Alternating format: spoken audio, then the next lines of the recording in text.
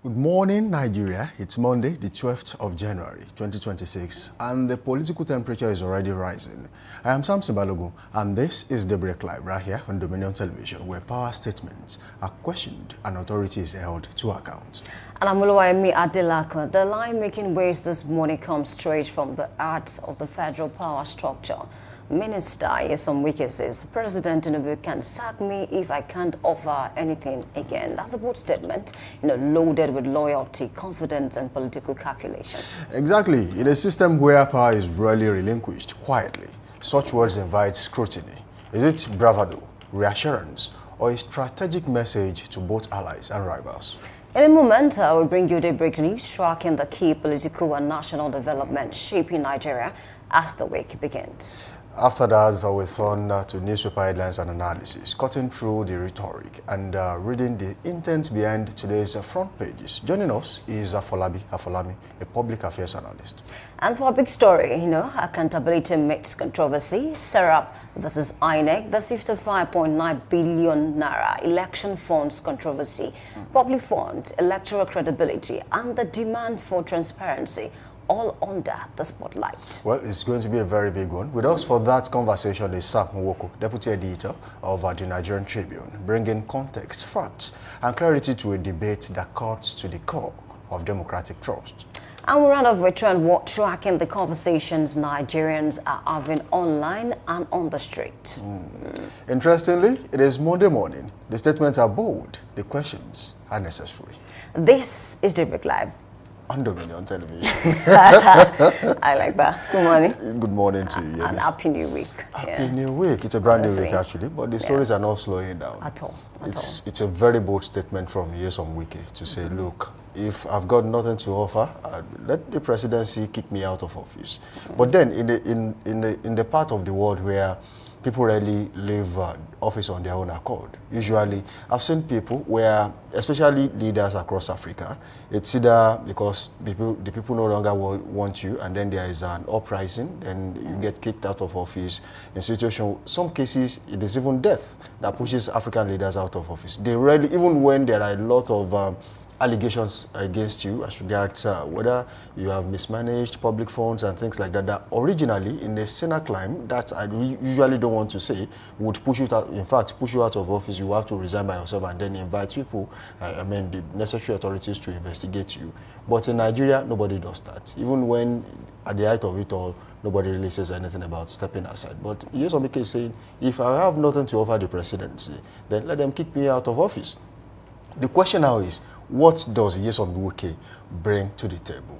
Is it competence in his office as the minister of the FCT, or it has a political undercurrent? Oh, he's got relevance in Rivers State, and the presidency will be contesting an election in 2027. They need every hand to be on deck. That's what I'm thinking anyway, because there are a number of people that are eminently qualified to be minister of the FCT. Let's say, for example, the president decides to rejig his cabinet tomorrow morning. A lot of people can be moved across. Let's say the Minister of Power, for example, Adebayo Adelabu, can actually be moved from power to maybe finance, because that's his area of specialization. That's like what Oyo State did at the time. At the time. So anyone can be moved out of any position. Last week, I think, the SSG to the Oyo State government was actually asked to go home. Someone else was asked to, replace her. And then in one way or the other, people are taken from one ministry to the other. And then some of the ones that were moved from their ministries no longer have a portfolio. They have been told to go. So, in the case of Nyesom Wike, he is openly inviting scrutiny. That's what I see.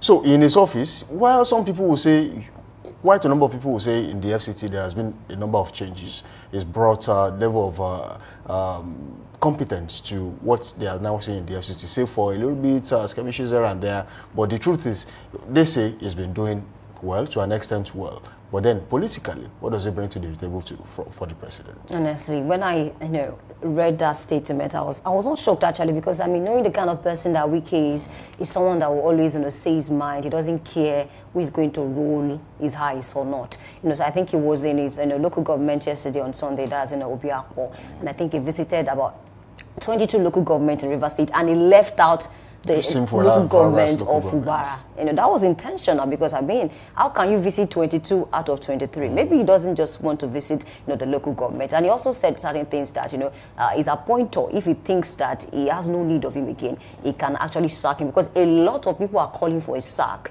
Politicians, a lot of persons, even from APC. Even from, let's not even talk about PDP. I'm not sure.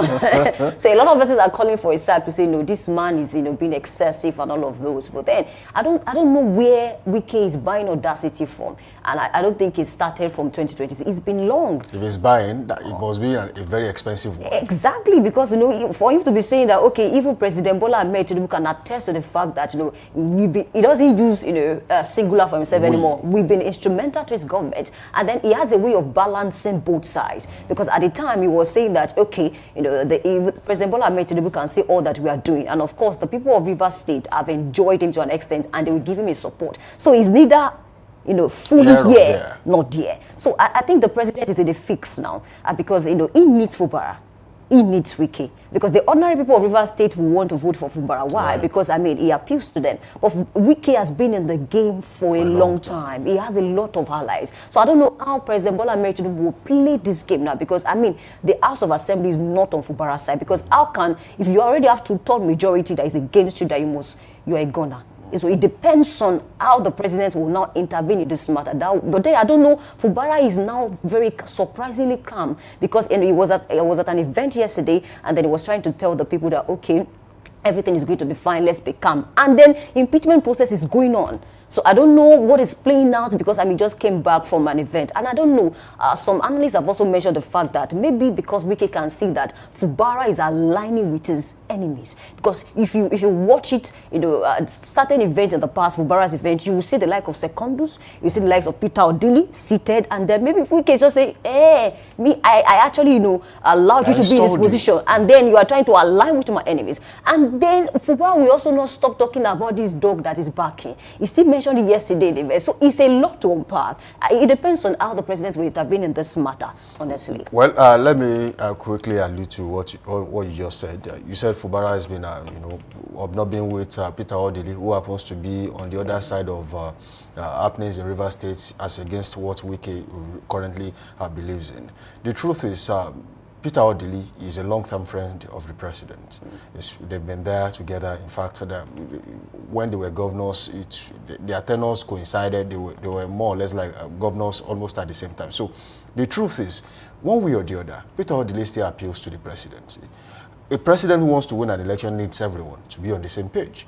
And in River State, is not looking like that. But then you can still have everything, even when they are not on the same page. You can work with Peter Odili, work with Rotimi Amechi if he's back in the party, or if he wants to support the president, or if he's going on his own ambition, fine. Sim Furara is still there. Wike can still work for the president. So the president will not, cancel anyone out of the equation, because he needs everyone to win an election.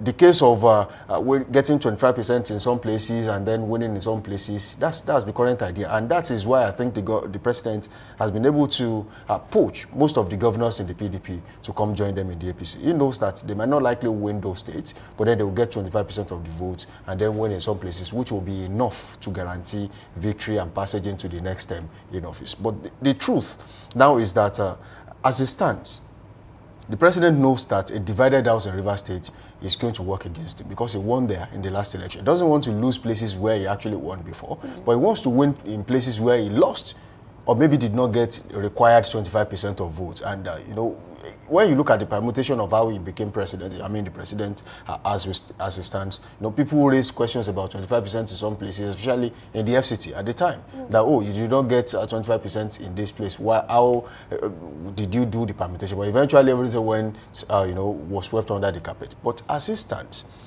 Wike might just eventually become a liability, right? Because if you have a majority of the people and it's just Wike that is not there, Peter Odili still appeals to the people of Rivers State, whether you like it or not. Even if he's not in power, even if he has not publicly, said anything about politics in recent times, he still appeals to the people. If he comes out and says, "Look, we are voting for this person," he still has his loyal people that will say, "This is where we are going."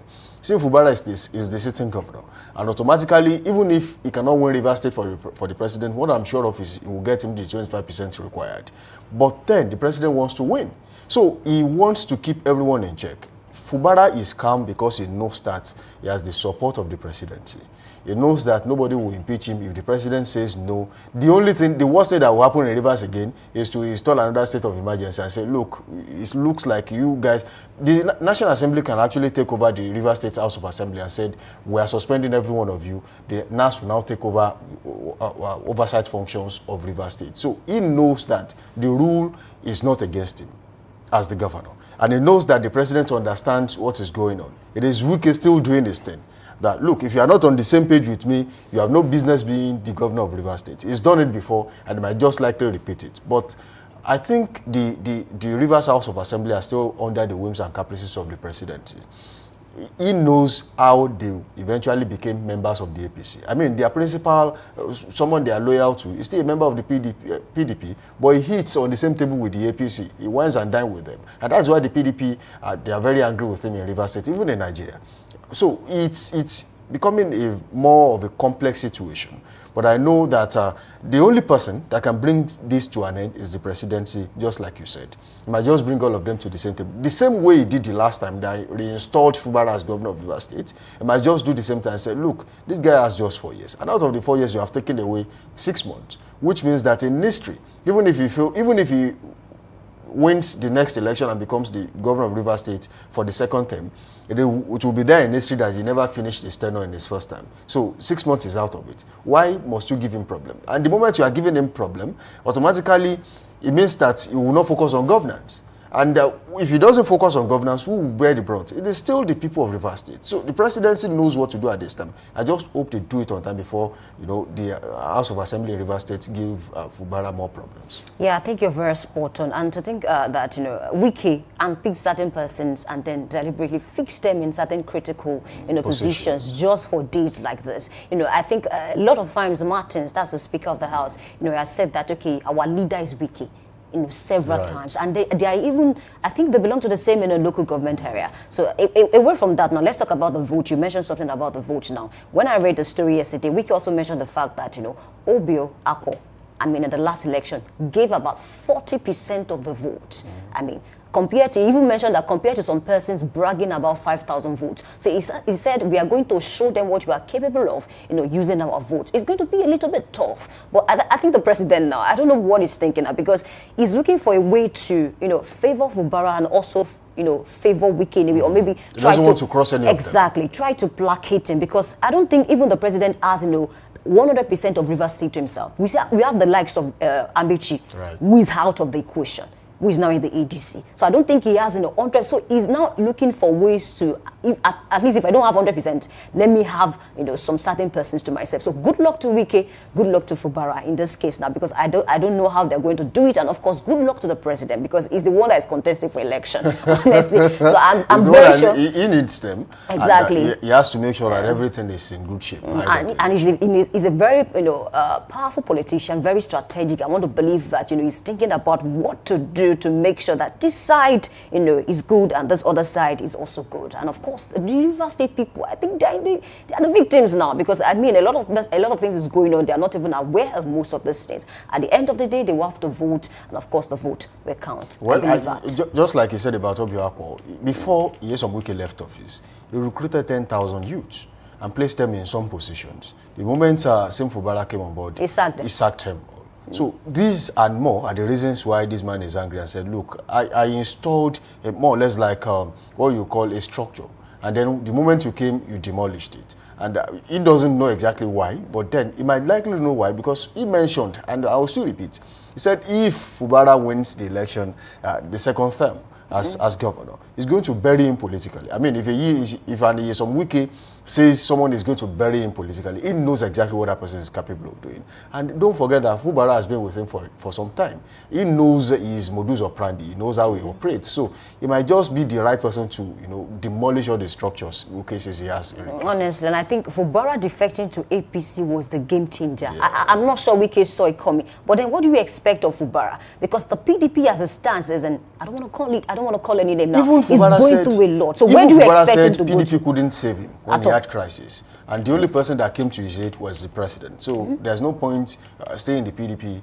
when he has the opportunity to align with the center. And every governor that moves to the APC will say, oh, we are aligning with the center. Oh, we want to bring more dividends of democracy to the people. But hey, Oyo State is not aligning with anybody. Oyo State is still PDP. But they got 50 billion naira. I mean, they got 30 billion according to the governor anyway for the bombings at Bodija. And, they are not even an APC state. So I want to believe that it's not really about where you belong.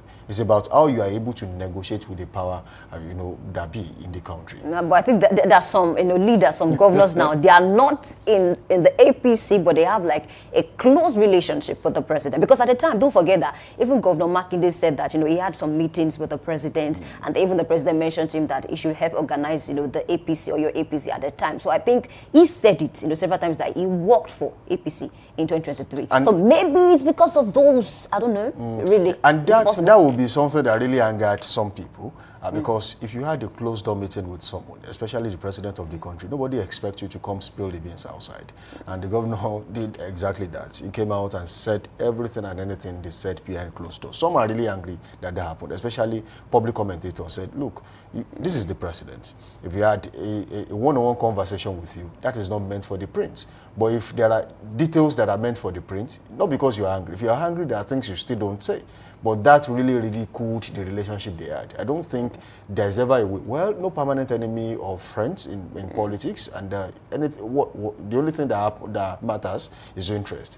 But then I don't think there is a way they are getting back together to that level of relationship they had before, that the president had to trust him with the APC and said, look, help me reorganize APC in Oyo State. I don't think that is ever going to happen again. But for other states that are also enjoying a cordial relationship with the presidency, Charles Chukwuma Soludo of Anambra State also is of ABGA, but he has openly declared that, look, whatever happens, I'm with the president. Same with Alex Otti, who over time people have asked questions about, what is your relationship with the president? He said, it is cordial. So people like that will always come and say, we are not a member of their party, but we are aligning with the power at the center. So it's always fine when people... Honestly. And speaking of Alex Otti, he's going through his own phase of opposition now, because there was a meeting where, past governors and senators, came together against him for 2027, but he has called them noisemaker. And OUK was there. Oji Kalu was there. He said so much about Alex Otti. He said he was just repainting roads. I mean, they are not even of good quality. He was there too. Was also there. And of course, I think whatever it is that is going on between Wike and Fubara now has given Governor Makinde time to rest for a while. But I don't know, Fayoshe might wake up on the wrong side of the bed tomorrow and decide to release some secrets, and then we start all over again. Well, we'll see. Before the next, in the couple of months, we'll see people still coming out with fact, details, and say, look, if you think I'm wrong, just sue me. Let's go to court. Exactly. That was what Fayoshe said. He said, I'm the only one that has no immunity. And you have the opportunity to take me to court. And they are similar, Fayoshe and Wike. They are similar. So just take me to court. We'll see what will happen in the next few months. So let's take weather report on the show this morning. Okay, and let's see what the weather looks like across the country. We'll be starting with the ancient metropolitan city of hospitality, Ibadan. And the weather in Ibadan this morning currently feels like 23 degrees Celsius, mostly cloudy right here. And later in the morning, it will rise to 29 degrees Celsius, partly cloudy. And by afternoon, it will be at 36 degrees Celsius, mostly sunny at 1%. It will be clear in the evening at 28 degrees Celsius, while it will be mostly cloudy overnight at 24 degrees Celsius and 9% right here in Ibadan today. A careless crossover to Abeokuta this morning. Weather feels like 24 degrees Celsius. Later is expected to rise to 30 degrees Celsius, partly cloudy, around 1%. In the afternoon, 36 degrees Celsius, mostly sunny, around 0%. And in the evening, 28 degrees Celsius, clear around 3% overnight. 25 degrees Celsius, partly cloudy around 9%. That's what we have for Abeokuta North this morning. All right, moving on. Let's take weather report from Ekiti this morning. It currently feels like 20 degrees Celsius in Ekiti as we speak, and it is quite clear over there. And later in the morning, it will rise to 27 degrees Celsius, mostly sunny at 14%. By afternoon, it will be at 34 degrees Celsius, sunny at 0%, and later in the evening and overnight, it will be clear at 25 degrees Celsius and 21 degrees Celsius, respectively, in Ekiti today. Okay, let's cross over to Ilorin International Airport, Kwara, this morning, where the feels like 21 degrees Celsius. Later this morning is expected to rise to 27 degrees Celsius, sunny around 1%. In the afternoon, 36 degrees Celsius, sunny around 0%. In the evening, it drops to 28 degrees Celsius, clear around 0%. And overnight, it drops further to 22 degrees Celsius, clear around 2%. And that's what we have for Ilorin International Airport this morning. All right, taking a quick trip to the Center of Excellence, Lagos State this morning. Weather in Lagos currently feels like 30 degrees Celsius right there. And later in the morning, it will drop 2 notches to 28 degrees Celsius, partly cloudy. It will be sunny in the afternoon at 31 degrees Celsius, by 2%. And in the evening, it will drop to 28 degrees Celsius, clear. And overnight, it will be 27 degrees Celsius, partly cloudy at 9% in Lagos today. Okay, let's cross over to Osun-Osogbo, Sacred Grove. Weather this morning feels like 21 degrees Celsius. And later is expected to rise to 28 degrees Celsius. Showers around 45%. That's a little bit massive. In the afternoon, 35 degrees Celsius, sunny around 0%. In the evening, 27 degrees Celsius, clear around 1%. And overnight, 22 degrees Celsius, clear around 8%. That's for people around Osun-Osogbo, Sacred Grove. All right, moving on. Let's take the last from the south this morning, and that's Port Harcourt, River State. Weather in Port Harcourt as we speak is at 22 degrees Celsius, partly cloudy. And later in the morning, it will rise to 28 degrees Celsius, mostly sunny. It will be partly cloudy in the afternoon at 31 degrees Celsius, around 7%, while it will be partly cloudy in the evening at 24 degrees Celsius. It will drop 2 notches overnight to 22 degrees Celsius, mostly cloudy at 8% in Port Harcourt, River State today. Okay, let's cross over to Abuja FCT. Weather feels like 22 degrees Celsius this morning, and later is expected to rise to 31 degrees Celsius, sunny around 0%. In the afternoon, 35 degrees Celsius, sunny around 0% as well. In the evening, it drops to 26 degrees Celsius, clear around 0%. Overnight, 24 degrees Celsius, clear around 0% as well. That's what we have for FCT Abuja this morning.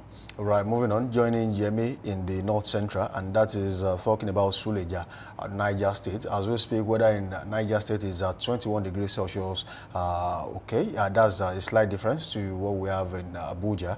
And later in the morning, it will be sunny at 31 degrees Celsius, while it will remain sunny in the afternoon at 36 degrees Celsius. It will be clear in the evening and overnight at 26 degrees Celsius and 24 degrees Celsius, respectively, in Suleja, Niger State. Okay, allow me to leave Samson for a while. I want to cross over to Kaduna, where this morning feels like 16 degrees Celsius. Later this morning is expected to rise to 26 degrees Celsius, sunny around 0%. In the afternoon, 32 degrees Celsius, sunny around 0% as well. In the evening, 22 degrees Celsius, clear around 0%. And overnight, 18 degrees Celsius, clear around 0%. And that's what we have for Kaduna this morning. All right, just a slight difference in Kano this morning. Weather in Kano currently feels like 15 degrees Celsius, just a degree to that of Kaduna this morning. And later in the morning, it will rise to 24 degrees Celsius, sunny. And just like in Kaduna, it will remain sunny in the afternoon at 31 degrees Celsius today. And by evening and overnight, it will be at 22 degrees Celsius and 17 degrees Celsius, clear in Kano this morning. All right, that will be the convenient point to leave weather report on the show this morning. We say thank you for linking up with us. Do well to watch us live on our website, www.dominion.org.ng, dominion.org.ng. Do well to leave us a comment while watching us live on our YouTube and Facebook channel at Dominion Broadcast. Right, you can also follow us on our Twitter handle at Dominion Broadcast. All right, thank you for being a part of the show so far. Let's go on a quick break, and when we return, the show continues with the news.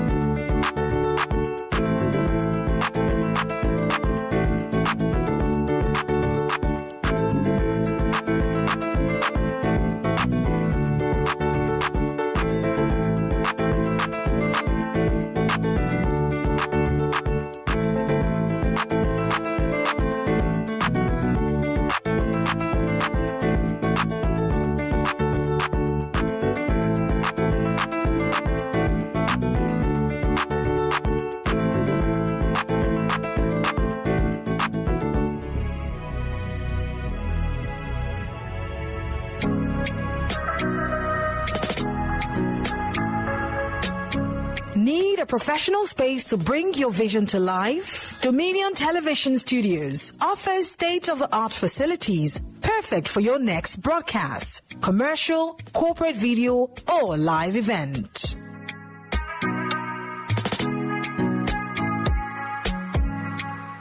With flexible rental options, cutting-edge equipment, and a supportive team, we provide the perfect environment for high-quality productions. Unleash your creativity.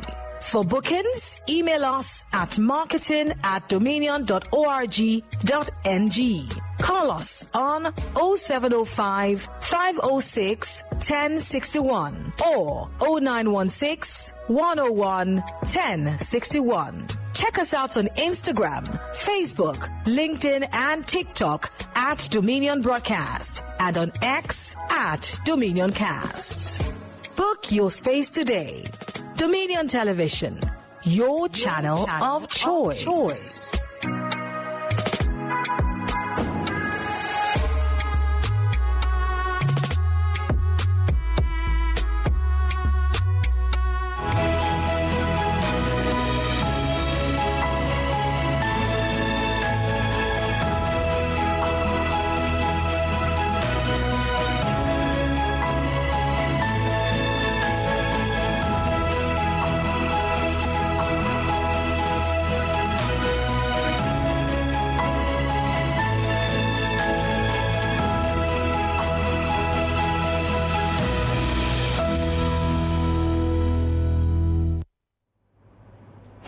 Hello, good morning. This is Daybreak News on Dominion Television. I'm Oluwayemi Adelakun.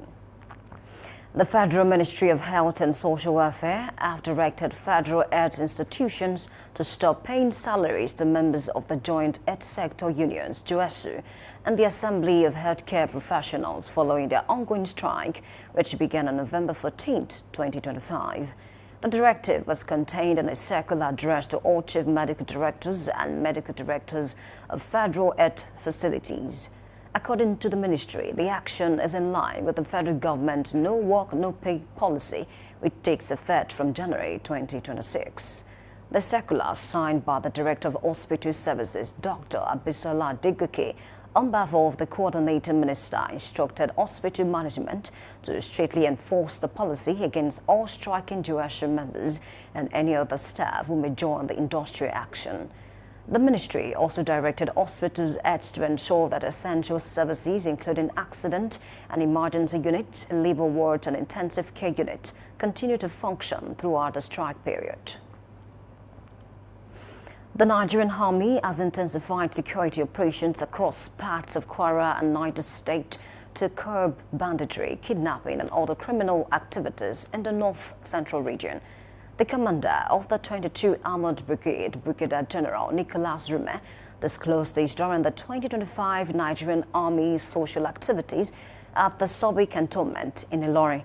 It said the operations include Operation Fasten Yama, Operation Harmony in Kwara State, and the recently concluded Operation Spark Strike 4 and 5, covering the Kanji Lake National Park and surrounding communities in Kwara and Niger State. Brigadier General Rume assured residents of sustained collaboration with all the security agencies to ensure peace and stability. Oyo State Governor Seyi Makinde has assured residents of the rehabilitation of Elebe Road and BCG Road, as well as the continued regular payment of workers' salaries. The governor gave the assurance while speaking on the objectives of Omitutu 3.0, his administration's development agenda. Governor Makinde also promised the continued payment of the 13th month salary bonus to workers under the new phase of the program. It said his administration remains committed to improving road infrastructure and the welfare of workers across the state. Meanwhile, the Edo State Police Command has said that a 32-year-old protester, Osage Abraham, was shot by military personnel during a protest in Epoma over rise in cases of abduction. The protests followed the abduction and killing of a young man on January 9, 2026. The Commissioner of Police, Monday Agbodika, said the victim is receiving treatment at Eremele Medical Center, Epoma. He added that the military personnel involved have been identified the relevant authorities notified and a full investigation ordered. And in business this morning, the Nigeria Deposit Insurance Corporation, NDIC, has recovered an additional 24.3 billion naira from the asset of the defunct Heritage Bank Limited. The recovery is aimed at facilitating the repayment of depositors with balances exceeding 5 million naira at the time the bank's operating license was revoked. This was disclosed in a statement signed by the head of the Communication and Public Affairs Department of the NDIC, Awal Gambo. According to the statement, the recovered funds came from debt recovery effort, the sale of physical asset, and the realization of investment. The NDIC said the funds will be used to pay uninsured portions of deposit belonging to customers whose balances were above the 5 million naira insured limit. And in sport for this morning, Wicked Tories have parted ways with 4 players ahead of the start of the second stanza of the season. The players are Edward Lawrence, Philip Johnson, Uche Owasonaya, and Lewis Dadong, who have been declared surplus to requirement by the Bauchi Elephants. The club is expected to bring in new signings to strengthen the squad ahead of the restart. Wicked Tories struggled for consistency in the first round of the campaign, recalling 5 wins, 8 draws and 6 defeats from 19 matches. You can visit our website on www.dominion.org.ng to watch us live and interact with us. You can also follow us across our social media platforms, Facebook, Instagram, TikTok, YouTube and LinkedIn at Dominion Broadcast and X at Dominion Cast. And the hence Daybreak News, I'm Oluwayemi Adelakun saying thank you for watching and good morning.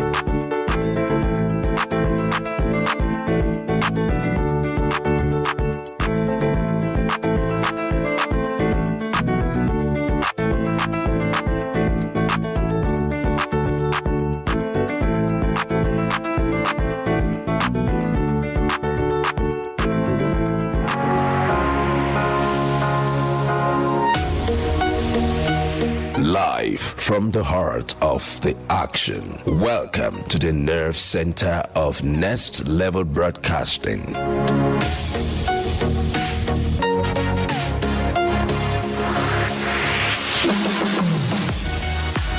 This is the OB van, where the studio meets the street. Equipped with cutting-edge cameras, crystal clear audio, real-time switching, and broadcast control, we don't just capture moments, we deliver the experience live.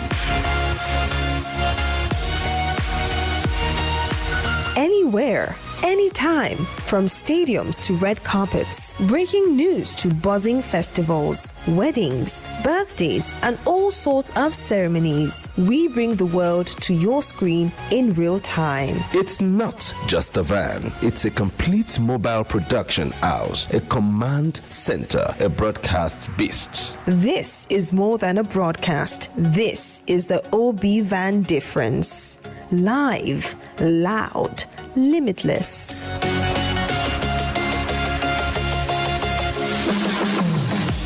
Ready to go live? Like never before. Book the OB van today and take your event to the world. One powerful broadcast at a time.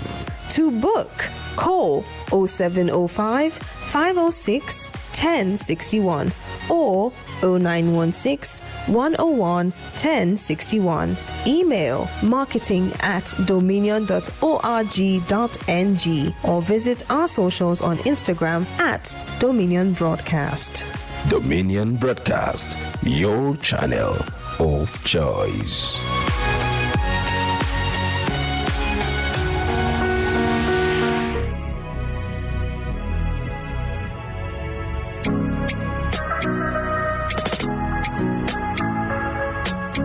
Need a professional space to bring your vision to life? Dominion Television Studios offers state-of-the-art facilities perfect for your next broadcast, commercial, corporate video, or live event.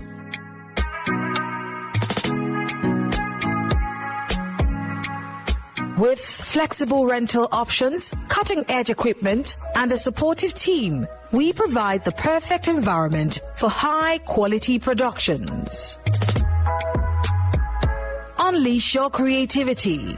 For bookings, email us at marketing@dominion.org.ng. Call us on 0705 506 1061 or 0916 101 1061. Check us out on Instagram, Facebook, LinkedIn, and TikTok at Dominion Broadcast and on X at Dominion Cast. Book your space today. Dominion Television, your channel of choice.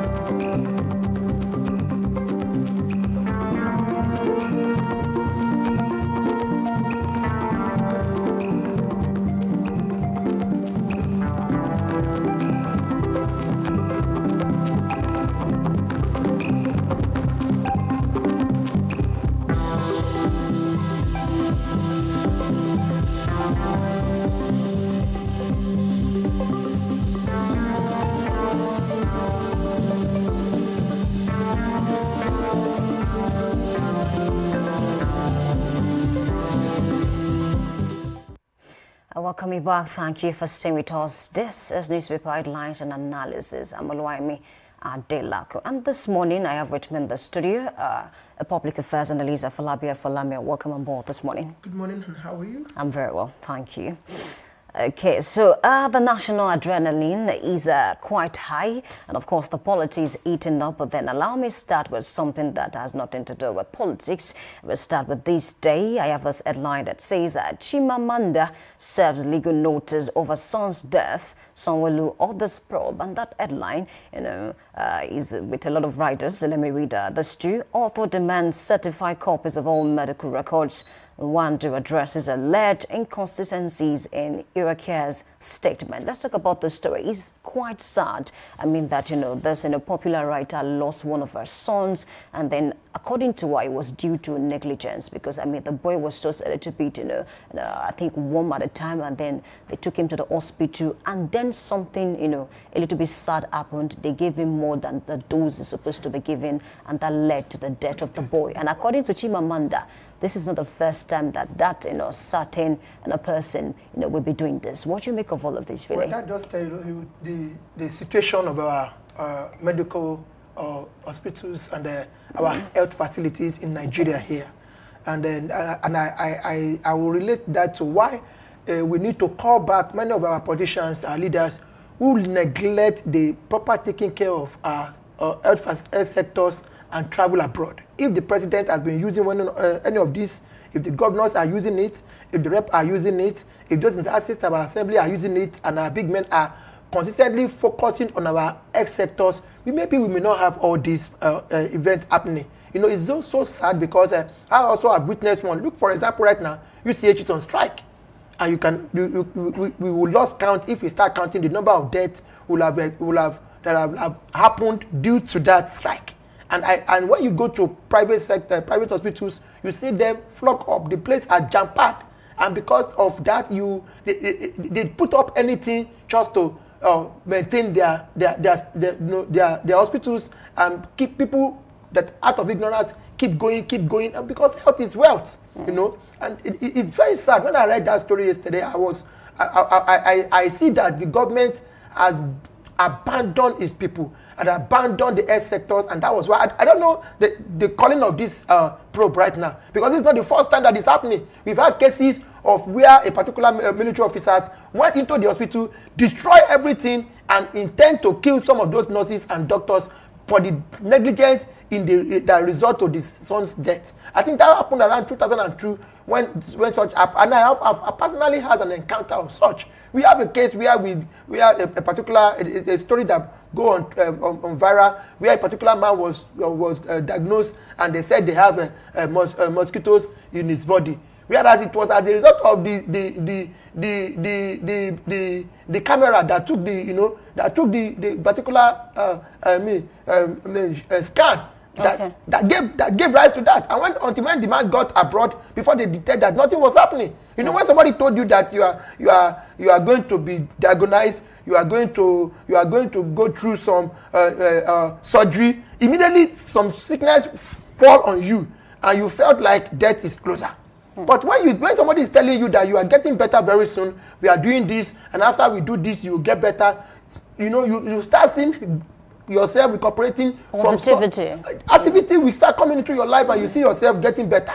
And that is so sad. You see, I don't know what we are going to make up of our health sectors, and if our governments are not taking care of their negligence is continue to rise in this case, then Nigeria is in the death trap already. Okay, of course the government has a role to play, but what about those anesthetists? I mean, that could not actually give the boy the right dose. And according to Chimamanda, this is not the first time that this person will be doing this. What should happen to that person? Because I mean, well, the person needs to be questioned. At the same time, it tells us that we are employing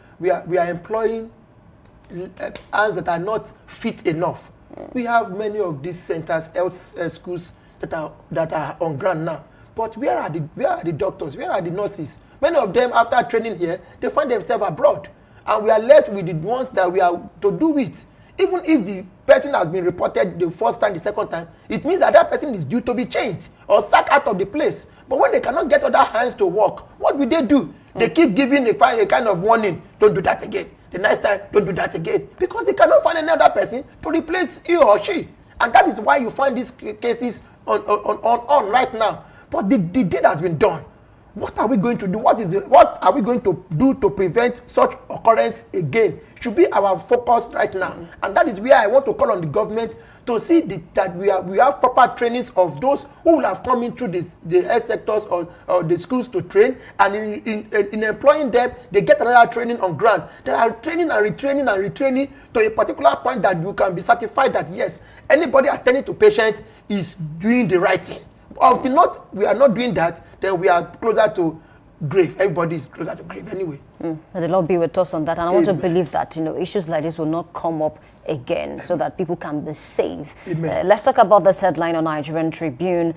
I have this one that is talking about Kwakwanso. 2027 Kwakwanso will not be allowed to contest on a platform, and that's coming from NNPP. It's really funny to think that, I mean, he was the flag bearer in the last election, and of course, I think when this person was even talking, he said, he likes to brag about his, 1 million votes, so he's not going to get it this time around. Unlike 2023, when, the ticket was given to him, he's going to, if at all, he's going to slug it out with people.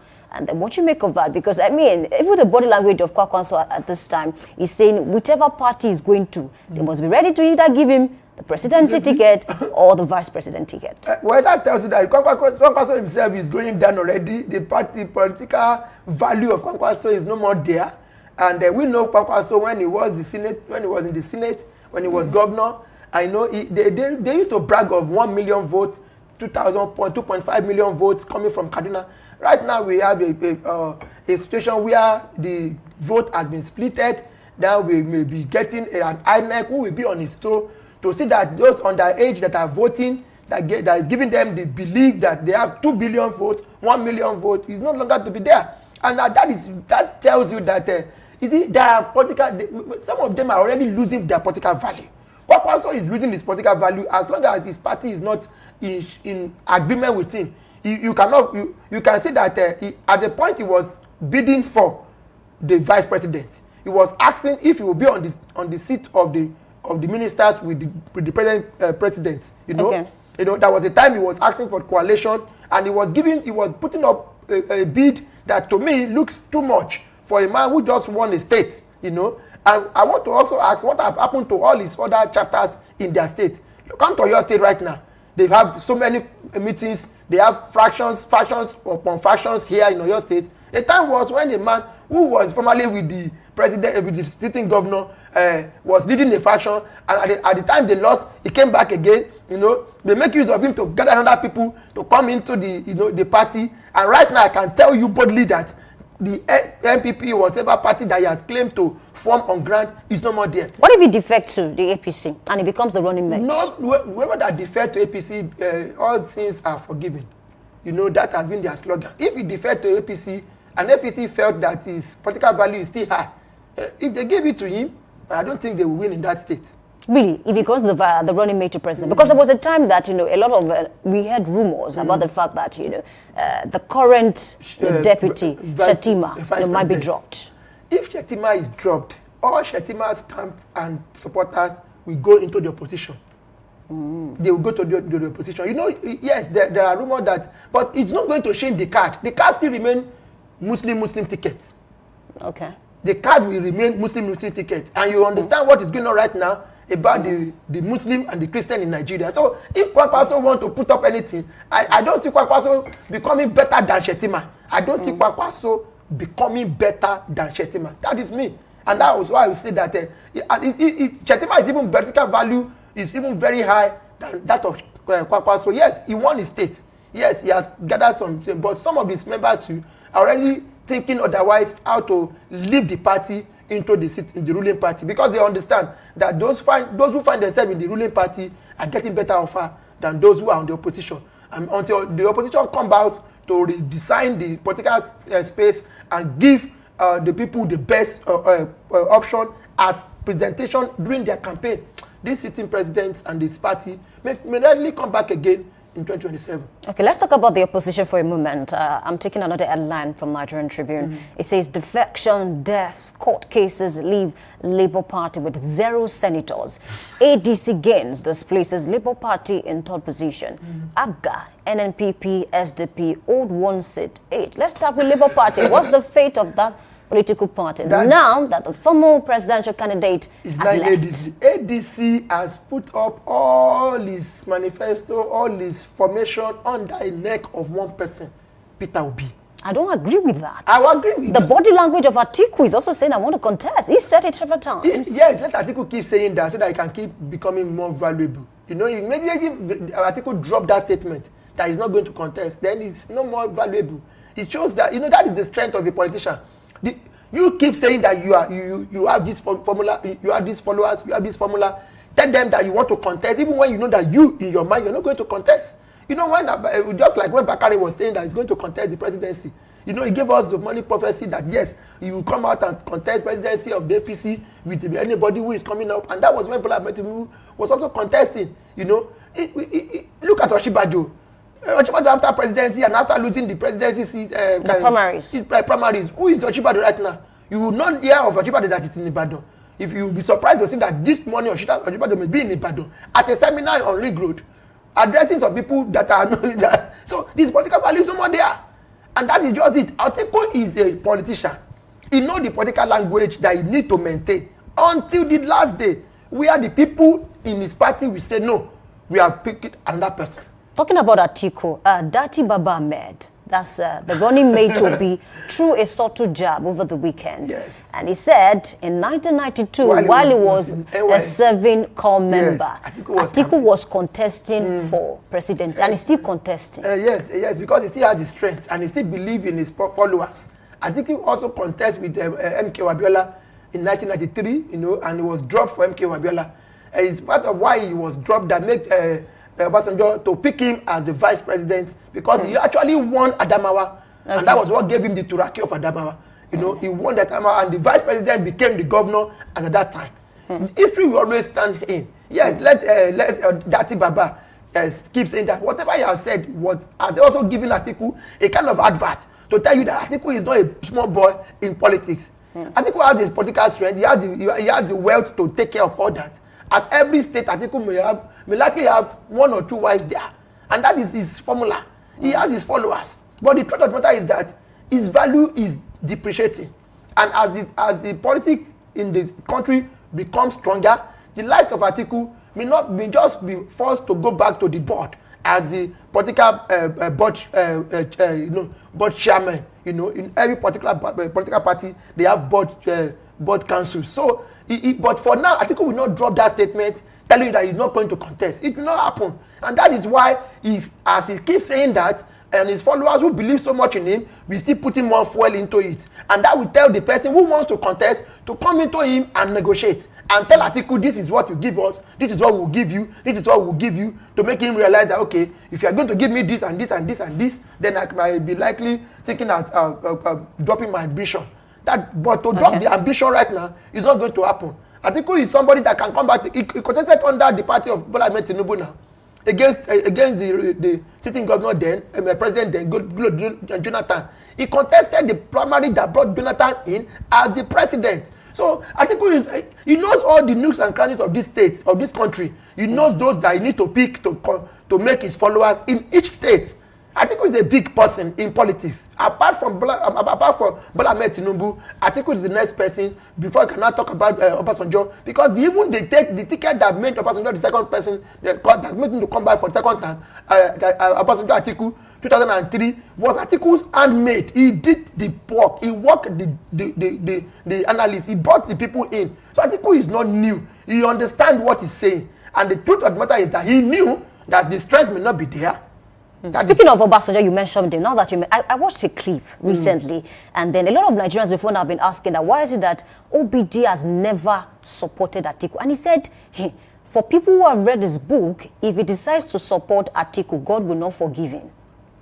That secret is between Atiku and Obasanjo, because they both work together. Okay. They understand what actually happened.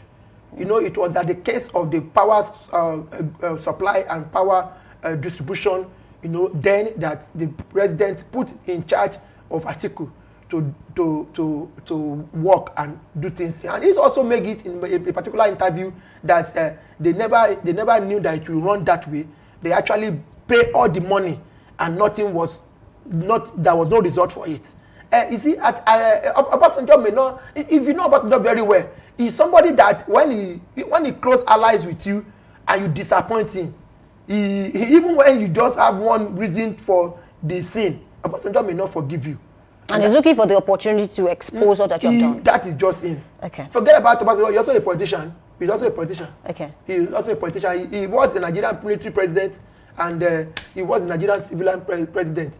He's a politician, and he's still a politician. Even until I heard this morning or next year, because I don't want him to die now, that he's dead. That is this gimmicks. That is this. But when the Baba is not pleased with you, nothing can make him change his mind. Okay, let's talk about the other opposition parties now. ADC gains displaces Labour Party in third position. ABGA, NNPP, SDP, Old One Seat each, and a lot of analysts and politicians, even if you like, they've come out to say that with what APC is doing now, with the capacity, with the strength of APC, is looking like it cannot fail. Look, let's not forget that Oyo Empire at a time, they are not quite similar, but I'm just trying to draw something out from this.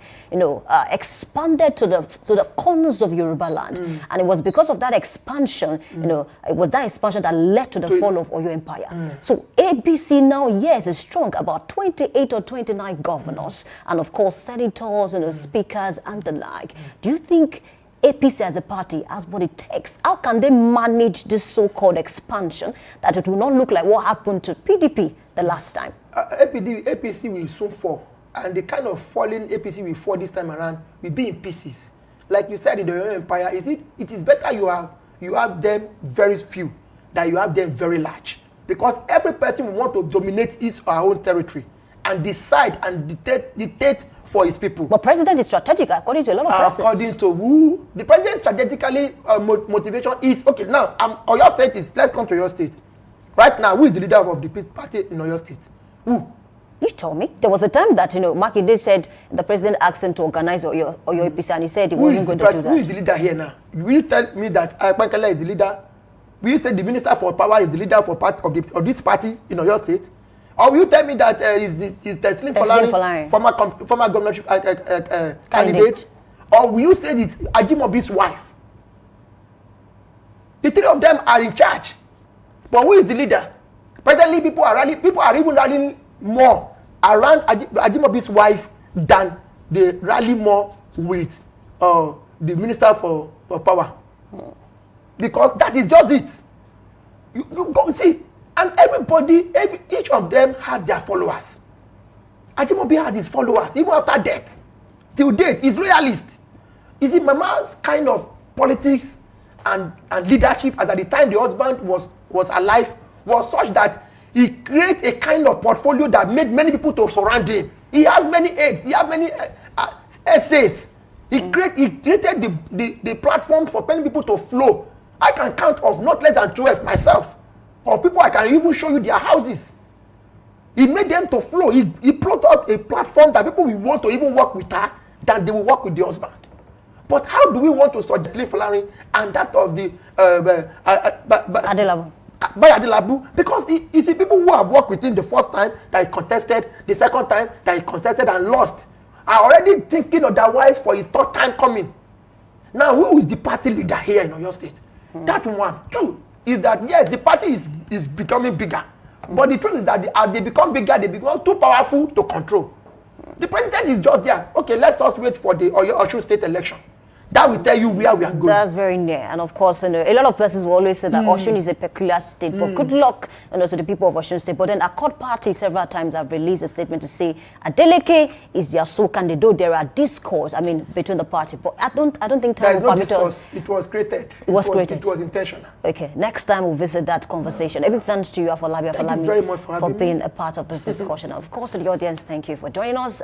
We need to take a short break. When we come back, we move on to Big Story. My name is Oluwayemi Adelakun. Please stay with us.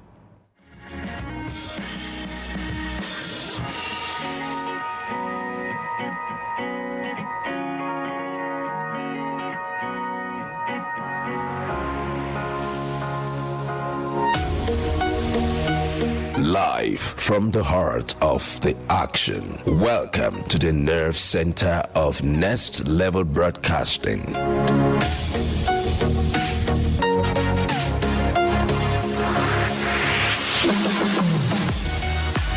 This is the OB van, where the studio meets the street. Equipped with cutting-edge cameras, crystal clear audio, real-time switching, and broadcast control, we don't just capture moments, we deliver the experience live. Anywhere, anytime, from stadiums to red carpets, breaking news to buzzing festivals, weddings, birth, we bring the world to your screen in real time. It's not just a van, it's a complete mobile production house, a command center, a broadcast beast. This is more than a broadcast. This is the OB van difference. Live, loud, limitless.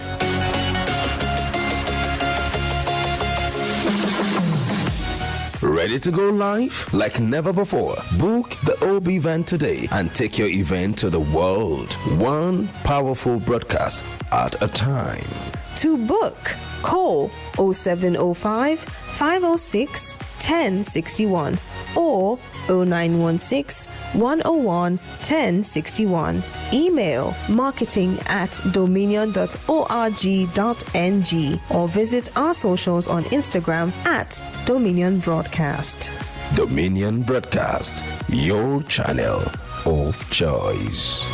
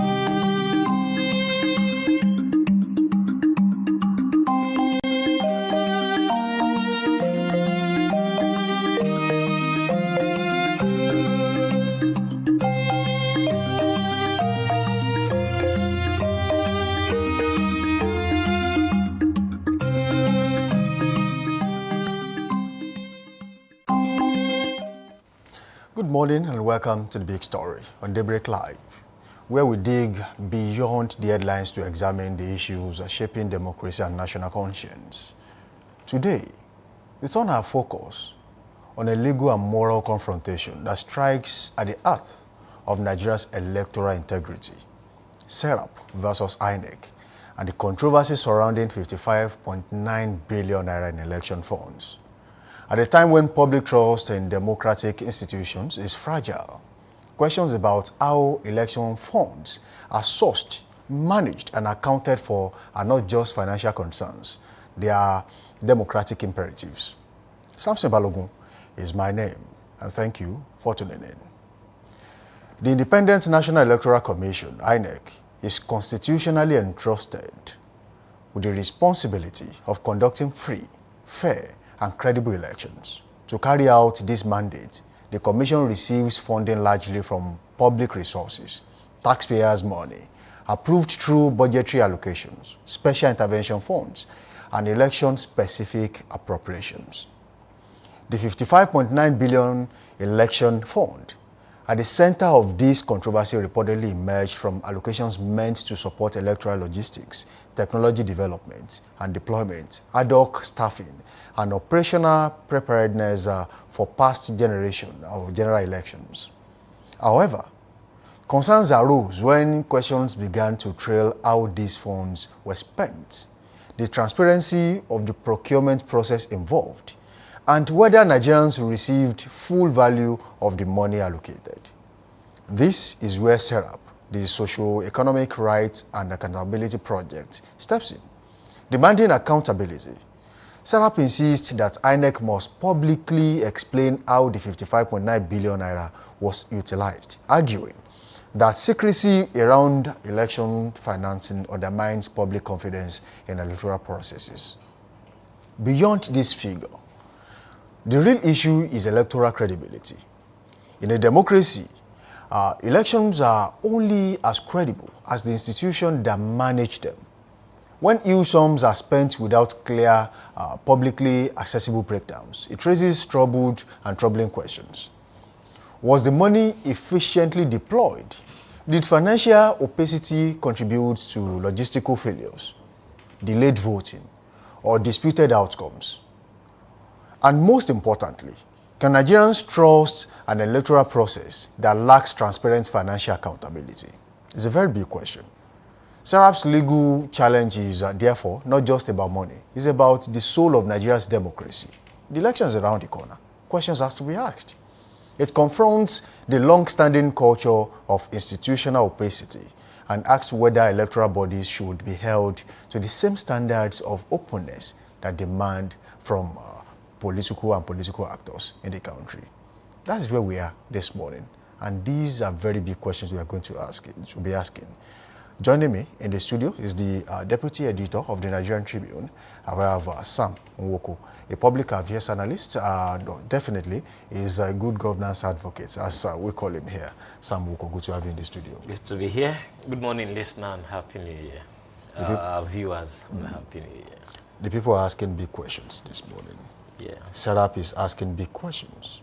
Now, where do we draw the lines between accountability and electoral openness? What we have in the country as it stands is that if accountability, financial accountability is not recorded at INEC, then how can we truly say that a free, fair election and credible election can be conducted by INEC? Thank you. First, it has to be agreed that everything works together. They are all interwoven. The matters are based on simple accountability. And if there is no accountability in one, it will be very difficult to agree that there would be accountability in the other. So if there is no accountability, be it financial accountability, moral accountability, and sundry accountabilities, then it will be very difficult for anybody to agree or to say that there is accountability in what we are doing. So it behoves on INEC to listen to what SERAP is saying and perhaps tell us if indeed there is the need for them to begin to explain accountability, because accountability does not need explanation. When you are accountable, when you are upright, it is the people that will say no. You don't need to explain it. You don't need it's not, you don't even need to explain now it. that you have mentioned Serap, what role does Serap play in any of this? Indeed, I found that Serap has been the one of the form. In fact, Serap. Was it necessary for Serap to take INEC to court? Yes, because for me, these are some of the things we need to know. When you know this, you'll be able to plan for subsequent elections and plan other times and plan other things. You know, if you look at how INEC has carried itself, it's a government on its own. You know, it gets its money from the first line charge, and when this money comes, you don't account for anybody. And now that questions are being asked, questions of accountability, questions of morality, questions of how did this go and how did that go, let Nigerians know. You know, questions are still being asked as to how elections had been conducted long before now. And if these questions are now resurfacing, I think we have every cause to stand by these questions and get answers, because Nigerians demand answers. So when we talk about financial opacity, people want in clear times how monies are being spent. Sure. How does INEC source of fund? Who reimburses INEC, and who should ask these questions in the first place? I think, you know, thankfully, Serap has helped us to bail the cat. Now, let us even take it from the wider government perspective. Look at recently the federal government wrote off the. Is it the federal government now? Or let's say President Tinubu, Presidency. He wrote off the debt owed by the NNPC in billions of dollars and in trillions of naira. Just like that. The president came up and said, okay, we have forgiven you. And these are monies that could have found its way into people's pockets. And now, regarding that, it's like a case closed. It's like something, it's like it never happened. This is body language So allowing that corruption. is lack of accountability on the part of NNPC as a government agency, and on the part of NNPC as an independent, a kind of limited liability company now. And on the part of the government, which had been running the NNPC before it became a limited liability company now. So that is not accountability. The people should know. How did we incur all these debts? What was the NNPC doing with all the money that it can no longer account for, that has turned out to be bad debt? You know, that is on the one hand. On the other hand, the same thing goes to INEC. You don't have to account. Is it that you don't have to account because it is from the first line charge? No. Nigerians deserve to know. I remember a situation in the UK sometime. One very senior lawmaker, a member of the House of Commons, who had to be, I mean, he was made to, in fact, he even faced prosecution, because at the end of the day, they found that he drank tea. He spent £3 meta on tea.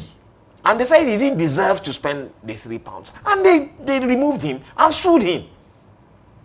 But here, we are talking in trillions of naira, talking in billions of naira, and nobody is asking questions. Nobody is raising any eyebrow.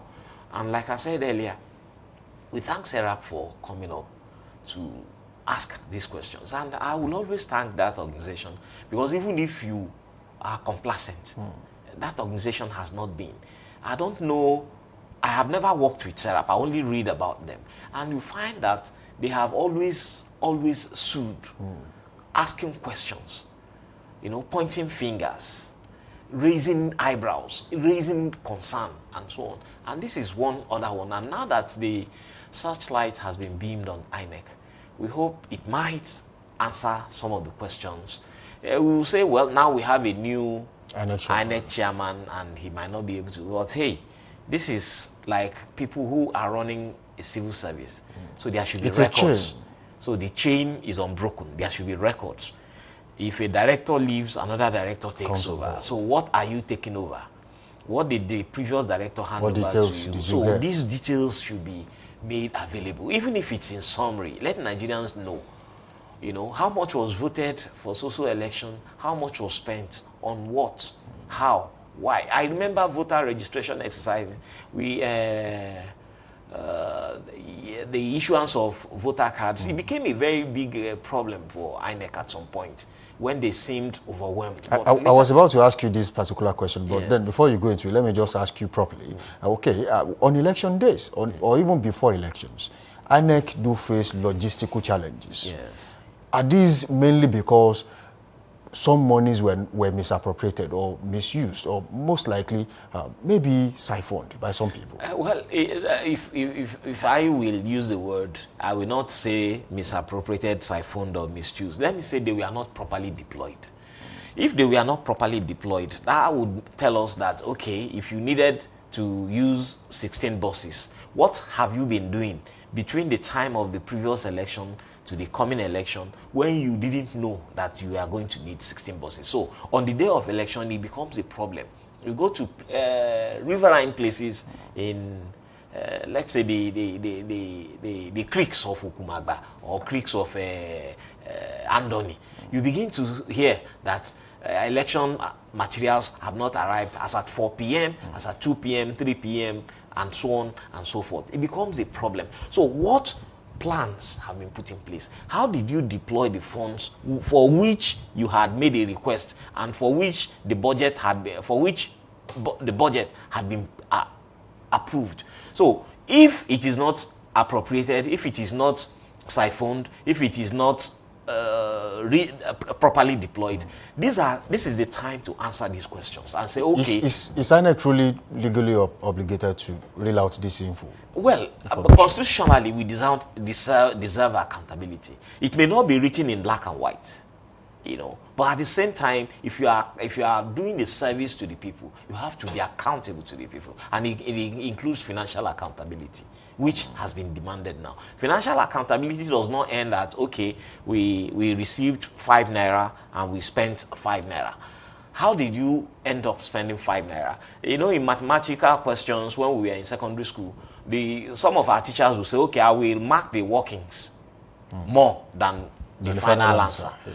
So, because everybody can do what we call wuru wuru to the answer, but if they show the sequel that led you to perhaps an answer that is factually wrong, you will be corrected along the way. So if INEC tells us how they arrived at how they spent the money, we'll be able to say, okay, you didn't do this well, or you did this way. We will applaud them and give them the due credit where it is necessary. But I think, as an individual, this is a very, very serious call on the government, especially through its agency, to tell us more about how money is deployed, budgeted, approved, are spent. Okay, as it stands, in your view, INEC's reluctance or delay in reeling out these details, is it a breach of public trust? Or does SERAP need to cut them some slack since they have a new chairman that really doesn't know too much about the establishment? It is a breach of public trust, straight up.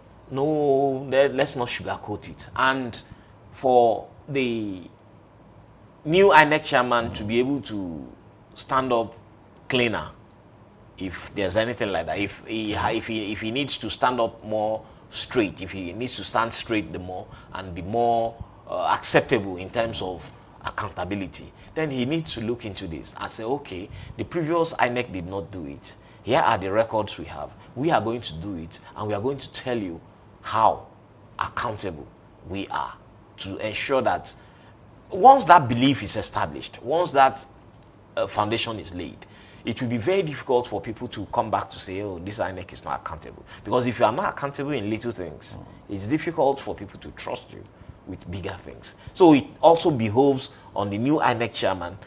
We may have to cut him some slack, but I think he has to build accountability into his system. And when he builds accountability into his system, people will now take him more seriously than even defend him when it happens that he does not tell us a few things. Okay, when we talk about public confidence in the electoral process in the country, it's a big issue. It's something that has been there over time without number. People have actually talked about this.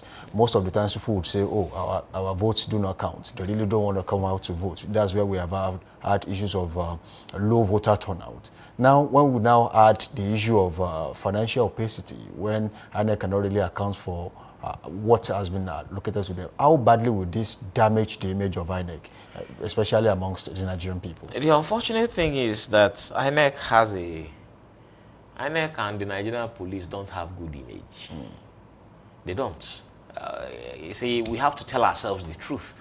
You know, yes, it is not saying, this is not saying that it is a completely hopeless situation. We have some very good eggs among the bad eggs. We have some people who are trying, maybe we have what we call police Christian fellowship. So if those ones take what they are supposed to be, Christian, into the job they do, they may one way or the other impact on others. But from the records we have, from the things that happen on the road, things that happen in police stations and so on, it is very difficult. So that image has already been created. Same thing with INEC. You know, it got worse in 2019, 2023. It got really very bad. Worse, it became worse than what was the situation before then, you know, the previous times. Because the previous times, people would just tell you that, look, I won't bother to go and vote because I know that my votes will not count. You know, and towards the 2023 elections, people were assured that their elections will be transmitted real time. You will see it happen, and so on and so forth. You will see your election. You upload the system. It will be there for you to. You will be able to track your elections and so on. And they even did something similar, something like that in Edo State. So after that, the 2023 elections came, and the transmission took place in other elections except the presidential election, thereby killing that little trust with which people went into the 2023 elections. So it will be very difficult for people to believe what INEC would tell them this time round. It will be very difficult for them to come around again and say, no, sorry, you know, they tell us that it was a glitch that did not affect the senatorial elections, it did not affect the House of Reps elections or the House of Assembly elections, only affected, and some of these elections are a collective. They came, you do them together. So it affects one result, it didn't affect the other, and it was a mess. So I don't know, that public trust, even in financial dealings and so on, that public trust has permeated the system. Is there ever a chance where you can have a free and fair election even when there is no financial accountability? It's very difficult. Exactly what I'm trying to say. If you cannot be financially accountable, you may not be financially accountable in other things, because money is at the root of. Even the Bible says money is the root of all evils. So if there is no financial accountability, know that there is already a foundation for inaccountability, for opacity in every other thing that you do. So I asked a question earlier about logistical challenges on election day. Now, to what extent does funding contribute to these challenges on election days? It's to a very large extent. I actually think everything revolves around funding. If there is enough fund and if funds are properly deployed. Because you would realize that these are repeated mistakes. Yes. You know a particular region, you got there late the last time. This time again, you are getting there late. And it's not like you did that. And it is still the same problem repeating itself. That's where I'm going to. Now, you know that maybe you may have to go to Masambri by a speedboat. And in 4 years, you did not plan for how you are going to go with that speedboat. That is poor accountability, because it happened the previous year. Maybe this time it will be Nembe. Maybe this time it will be, let's say, going to Iwerele and things like that across the country. That is on the one hand. On the other hand, when finances are properly deployed, you may even have to see INEC owning some of the means of transportation through which they do their distribution. The ones they tell us more about are the ones in the capital cities. Right. You go to CBN, you do a display of all those things. You know, it's like a ritual now. It's a refrain. It's a common thing. You go to CBN, you carry all these materials, you begin to transport them and so on. You should already have these things properly taken care of. And hey, if INEC embraces electronic voting system and uses the thing as it should, there won't be any fear of snatching of ballot boxes and all those things, because by electronic voting system, you will be out of the wahala or the problems of people destroying, pursuing voters from voter. You may not even have people going to polling booths. You may not have to shut down the country because an election is taking place. So INEC should deploy its funds. I remember that in 2019, they told us that the network coverage of Nigeria is not strong enough to... In some places. In some places. Fine. I agree. Let us assume, without conceding, that it is not strong enough in some places. But I want to bet that in at least 80% of places in Nigeria, there is strong internet connection. In those 80%, do the elections in those 80%. In the 20% that is remaining, which will reduce your logistical issues, reduce financial expenditure and so on, do the regular elections that you do there.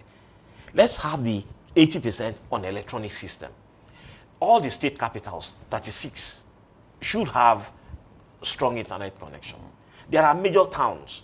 In 2001, when GSM was launched in Nigeria, I know that at least 3 major towns in each state of this country have telephone networks. So if there are 3 major towns, let's say Oyo State, where we are, for instance, Ibadan cannot not say you. In fact, Ibadan has 2 telephone exchanges. You have Oyo, which had telephone exchange.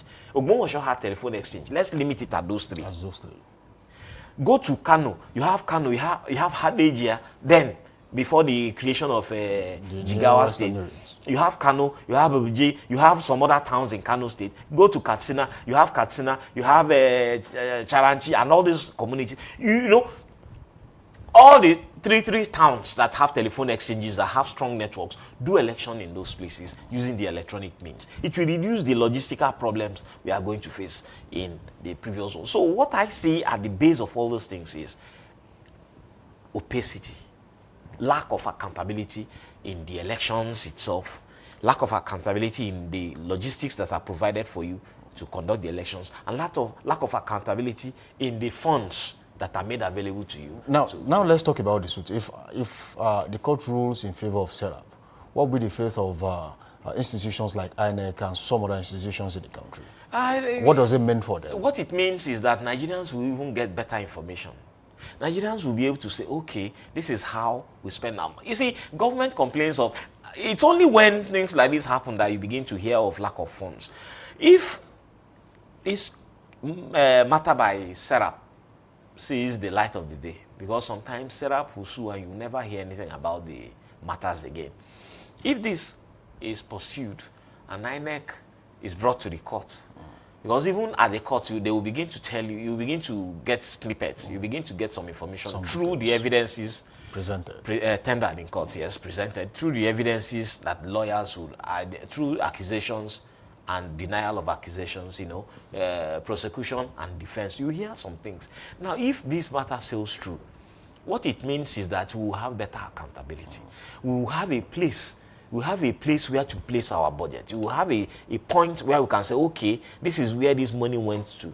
It's a first-line charge. Could you compel financial reforms across board? Of course, it may not compel, but it will aid. It will help it. It will make it more compelling rather than compel. It will make it more like, okay, this matter is becoming more, it's now a compelling matter. It is now a moral burden on you because it's already established. It will be seen as a necessity across It is a necessity. It will be seen as a necessity because if it happens to INEC, then it will happen to, let's say, NIMASA. It will happen to, which other agencies are there? Nigerian Upstream Petroleum Development Agency, because one of the most opaque institutions in the world is the NNPC. So this will help us. It will open ways and create avenues. You know, it will shine light on all these agencies and help Nigeria to at least climb down on the corruption rating. Where some people have actually talked about operational independence for INEC. Now, could this mean that they are trying to erode what's left of the operational independence INEC currently has? Well, it is not. INEC is independent of the government. not independent of the people who are demanding accountability. And by independence, it does not mean that INEC will just come, do whatever it wants, goes back, and nobody will ask questions. Because they might mean giving out too much information. No. You are not giving information as to what your election procedure is going to be. When it is not necessary. Because you are also going to tell us how the elections are going to go. You will tell us that this is what the people will do on election day. You know, the ones that worry me most is the shutdown of the country. You deploy soldiers, you deploy the military, you deploy air force, you deploy even witches and wizards, principalities. Are you saying that is absolutely unnecessary? It is for me unnecessary if there are clear. Nigeria is a volatile state. Oh, insecurity can actually take the day on election days. Go electronic. Use the internet. Use these mobile phones. How about the fear of cyber attack? Well, that shouldn't even be your worry. You worry more. I mean, you should work towards success. And now, if you are talking about cyber attack, would it be as bad as what has been happening to us in terms of logistics and so on and so forth? Is Nigeria ripe for electronic voting? I think Nigeria is ripe for electronic voting. I think Nigeria is ripe enough because you can get 80% internet connectivity in the country. And if we can get, even if we have 75%, that to me is enough. Because the remaining 25%? The remaining 25% conduct it. Do manually? Yes, do manual. Do the type you do now. Use your BVN and all these things. Is it BVN? Voter registration. Yes, the machine. BVAS, thank you. Use BVAS for the 25% and so on. But that 75%, mind you, is to me more. It's more in the core of what INEC does, even at its best. Because INEC has never had 75% coverage. On election days? On election days. At the end of the day, you begin to hear that there is 59% voter turnout, 60% voter turnout, which to us, in some cases, is very, very good. One of the places where INEC had 70, 80% turnout was the election of Fayose in Ekiti in 2014. People came out and voted. And when the issue came, one of the points where they need accountability. When the issues came that there was a kind of rigging that when you thumbprint at party A, the ink will go and show in party E or party D or party F or party H, as the case may be. And people of the state were like, hey, what kind of magic are you talking about? And when the question was thrown to me, it was a very hot debate then. The question I asked was, in the Ekiti, which everybody knows,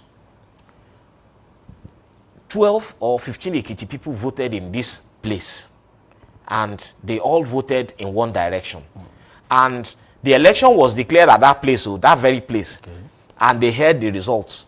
And the Ekiti man who voted in that place heard that the result that was announced was not the result they expected.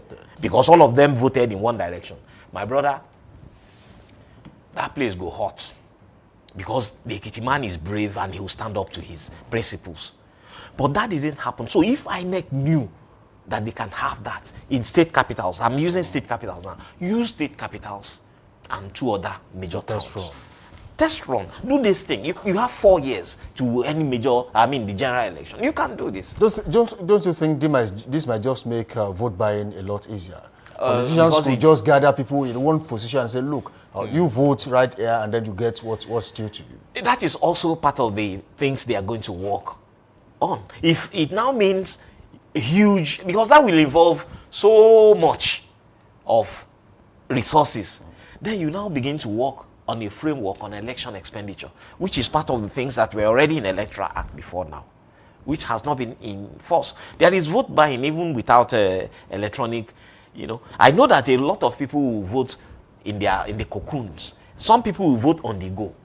Some people even somebody can be on a palm tree trimming his palm and still cast his vote. It makes it easier for all of us, and Nigeria will not shut down. So for me, I've been thinking about that on the sidelines and hope that INEC itself will say, okay, I think we are ripe for this now. But we don't look like we are favorably disposed to it, perhaps because of the kind of system we run here.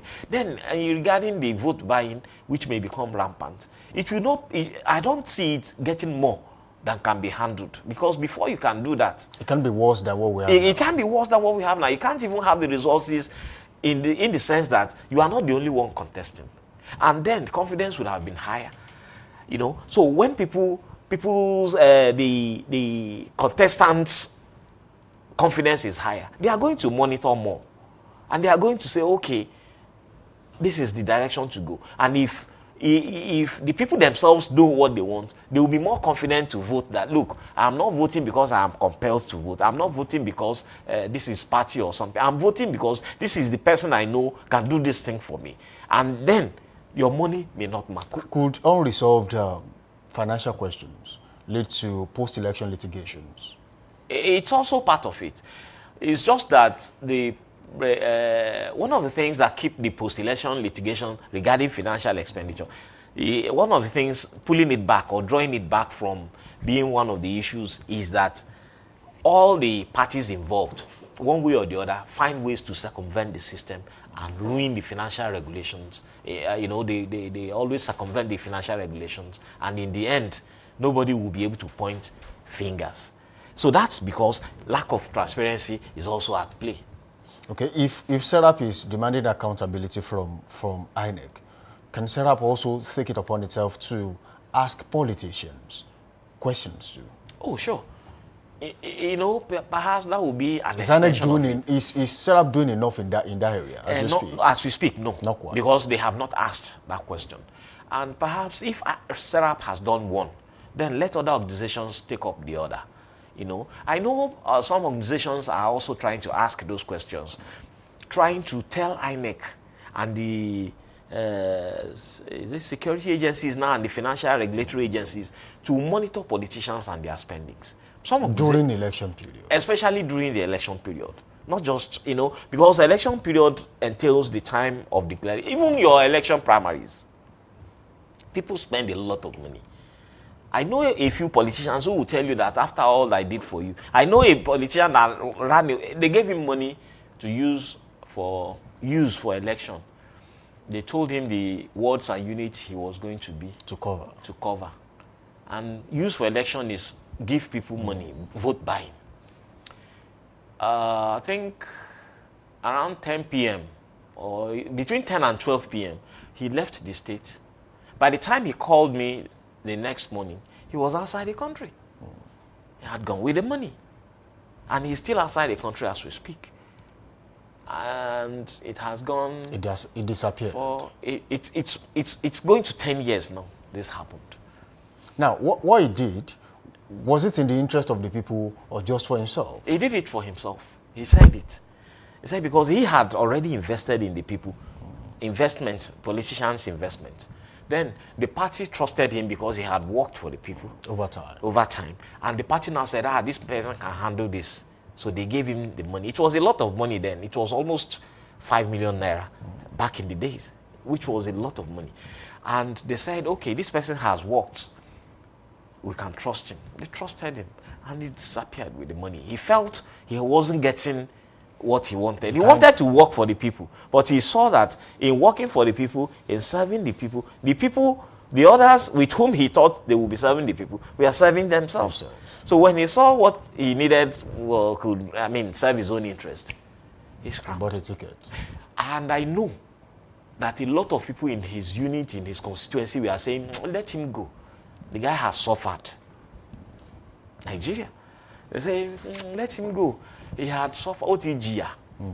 So that is also part of the factors. But I know that when we lay a solid foundation, solid financial accountability foundation, when we make our foundation transparent enough, people will build on it. Because nobody will be there forever. When you meet a good system, it will be very difficult for you to ruin it because those who are enjoying the good system will not allow you to. But for now, Nigeria's leadership structure has been built in such a way that they are so strong and so strong as to direct the people to wherever they want to using finances. They will just dangle this, dangle that, and people will sway to all those danglings. Lastly, before we go, should public funds, especially electoral funds, be subjected to real-time auditing? I think it should. And I think the laws provide for that. Real-time auditing in the sense that if not for real-time auditing, people like Farouk Lawan will be out here, So it's because of public accountability, real-time auditing. I remember there's a lawmaker from Benue State who was also accused of going to somewhere in South America, not to do what he wanted to do, but because he had money, he had to go and frolic and so on. So his name came to my mind now, but that's by the way. So all I'm trying to say is that yes, real-time auditing is good. And it's good even for your own person. Like the Yorubas will say, when you know it be, you won't die be. Because you have nothing to fear. You have the papers. You will be an open book. When people come and say, yes, excuse me, this man did not do this, because we know he does not do it. And these are the books. Auditing. And everybody will go and say, yes, that's how it is. That is why people like Professor Ishaq Olede is enjoying his time in JAM today. Open book, real-time auditing. Thank you, Sam Woko, for joining us on the show this morning. Thank you. Thank That's you been for a having wonderful me. session with you. Thank you. Sam Woko is a deputy editor at the Nigerian Tribune, and has been the one making sense of this particular topic this morning. And as this legal battle unfolds, one thing is clear: democracy does not thrive in darkness. Transparency in election funding is not optional. It is foundational to public trust and national stability. The Serap versus INEC case forces Nigerians to reflect on a deeper question. Can credible elections exist without credible accountability, whether through the courts or public discourse? The demand for openness may well shape the future of electoral governance in Nigeria. Thank you for being a part of the show, and that's where we draw the curtain on the big story this morning. Stay tuned to Dominion Television as we continue to interrogate the issue that matter, amplify the questions that demand answers, and hold power accountable in the interest of democracy and the Nigerian people. Samson Balogo is my name. Thank you for tuning in. Up next is Trend Watch.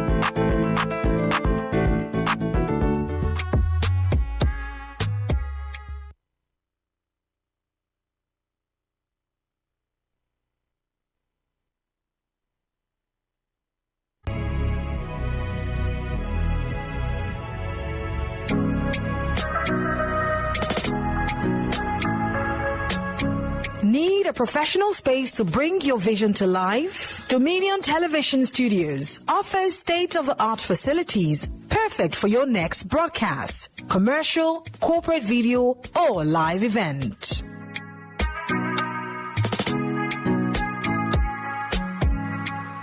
With flexible rental options, cutting-edge equipment, and a supportive team, we provide the perfect environment for high-quality productions.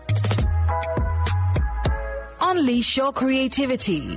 For bookings, email us at marketing@dominion.org.ng.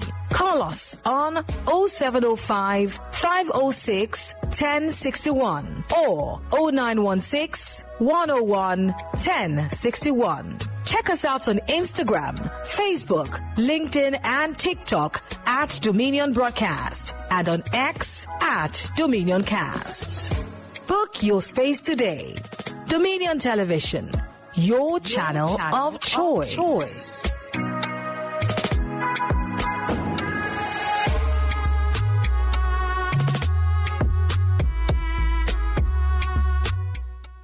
All right, welcome back from that short break. The show is still Daybreak Live right here on Dominion Television, your channel of choice. Do well to link up with us on all socials, Facebook, Instagram, TikTok at Dominion Broadcast, and on X at Dominion Cast. You can also watch us live on our website at www.dominion.org.ng, dominion.org.ng. It is time for Trend Watch this morning, and Oluwayemi Adelako is back in the studio. I'm glad to be back. That was a very insightful conversation. Welcome back. Yeah, Thank well you. done. Yeah. Okay, there's something really interesting here. Exactly. And you know, some people who are jittery already will be saying, "Oh, this might just be the signal that everyone needs to watch out for." Some are saying the third world war is almost here, and some are saying it might not really be about guns and drones and the likes. It might just be a war of words. But this might just get beyond that, as you know, Iran is saying something to the United States this morning. Honestly, when I saw the headline that says that Trump's threat, we will retaliate if you attack us, Iran warns US, and of course Iran is saying we will not hesitate to either, you know, attack Israel or US if you think you can come into our country to do this or that. But then if you look at what is going on in Iran, it's actually very sad. I mean, a lot of protesters have died. People are being shot. Even college, kids, they get harassed on their way to school on issues around hijab or no hijab. So a lot is going on, and then even Iranians have described this current administration as a theocratic regime. So they are calling for help from, the United States to say, come and help us, get through to this. And of course, the United States is also saying, okay, we are on top of this matter. If you have been following the story, you can attest to the fact that a lot of things, have happened over the last few weeks. And of course, the New York Times now reported that Trump has been briefed on possible military strike options against Iran, but is yet to make a final decision. I'm very sure that he is also trying to think it twice before he takes any action. But it's actually sad that the world is at this point is in this current situation, because initially it's not supposed to get to this. Iran is going through a lot, and of course intervention is good, but Iran must also be careful that that intervention will not lead to something else, and because that's the problem now. Because we need to maintain the balance of power. A lot of Iranians are saying, okay, the UN is not saying anything. Is a lot. United Nations was created during the colonial era. And of course, even before the United Nations, we had the Concert of Europe that was established to maintain the balance of power in Europe, so that no country will be so powerful to dominate other countries. But if care is not taken out, the balance of power might be under serious attack if the attack has not even started already. So there's a need for something to be done. Yes, intervention can happen to make sure that Iran is in a good shape, but then there should be no ulterior motives. There should be no reasons to say, okay, we want to now take absolute control of the country. But then one thing is very clear: the people of Iran now, they need help at this point in time. Honestly. Well, quite frankly, I think that is actually true. You've said a lot of things, and recently people have actually attacked the US, saying, look, we think you are going out of your bounds. You are doing too much. Some are saying direct attack on some countries in the name of help is beginning to shift from protection to total control, especially with what happened in Venezuela, the threat against the Colombian president, also Cuba the same way. And if you check in history, it has happened before over and over again. The US have had to step into issues that really originally should not concern them. You want to talk about what happened in Libya too, when Muammar Gaddafi was killed, Saddam Hussein, and so many other people have had to suffer in the hands of the United States. But then, Iranian people are actually struggling at this time. They need help. But what kind of help do they need? That when the US or any other country, especially Israel, intervene or interfere in any of this, it will not turn to something else. Don't forget that they have always been at the end of issues like this before. Yeah. I mean, they are also saying that if you attack and if you do anything wrong, your military installations and bases around this place will not be limited to, will attack every base close to us. I mean, it's a huge challenge.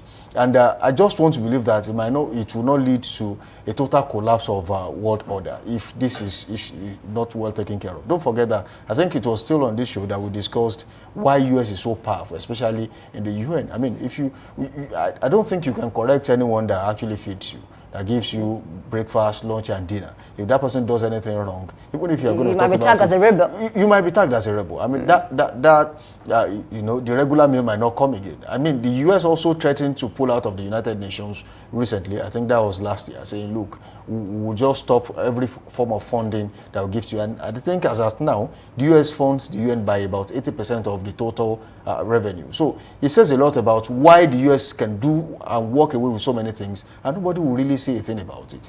And the UN Charter over times have been shattered by the US, and nobody cares.